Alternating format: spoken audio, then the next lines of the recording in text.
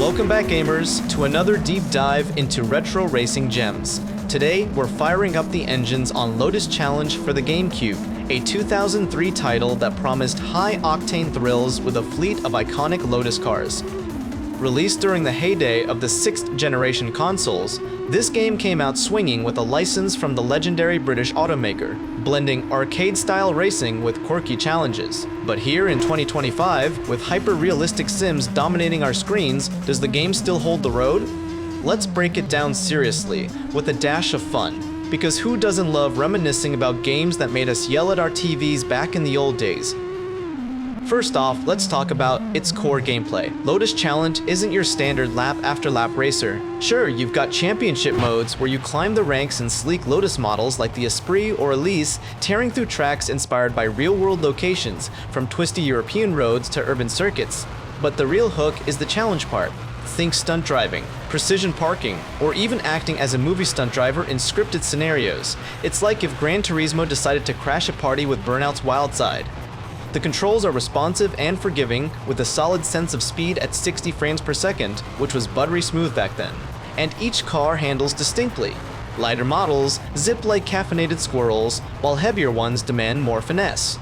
From a 2025 lens, it's refreshingly straightforward. No bloated open worlds or endless microtransactions, just pure pick-up-and-play action that could eat up an afternoon without overwhelming you. Graphically, Lotus Challenge was solid for its era, but nothing revolutionary. The car models are detailed enough to admire in the garage, with shiny reflections and accurate Lotus designs with a premium British engineering vibe. Tracks feature basic environments like foggy Scottish highlands or sunny coastal drives, but they're sparse on effects like dynamic weather or destructible scenery.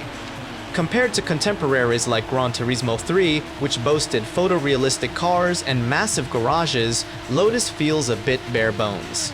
Or take Need for Speed Hot Pursuit 2, that one had cops chasing you at breakneck speeds with more visual flair.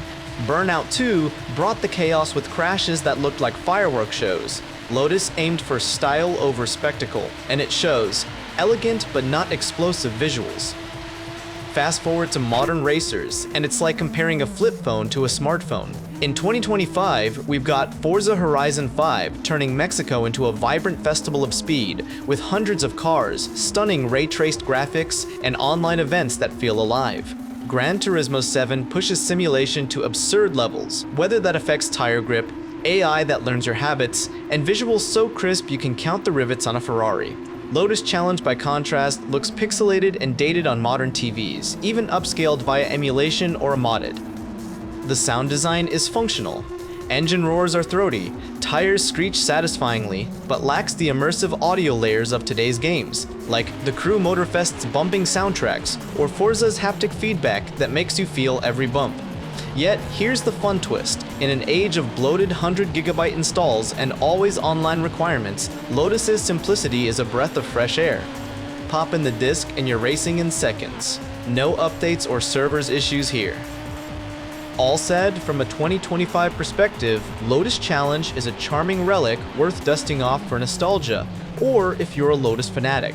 It won't blow away modern sim fans, but its blend of serious racing and lighthearted challenges makes it a fun palate cleanser. If we talk about scores, I'd say a solid 6 out of 10 back then, dipping to 5 now, but with bonus points for that retro vibe. What do you think? Have you played it? Drop your thoughts in the comments, like and subscribe for more throwback reviews, and I'll see you on the track.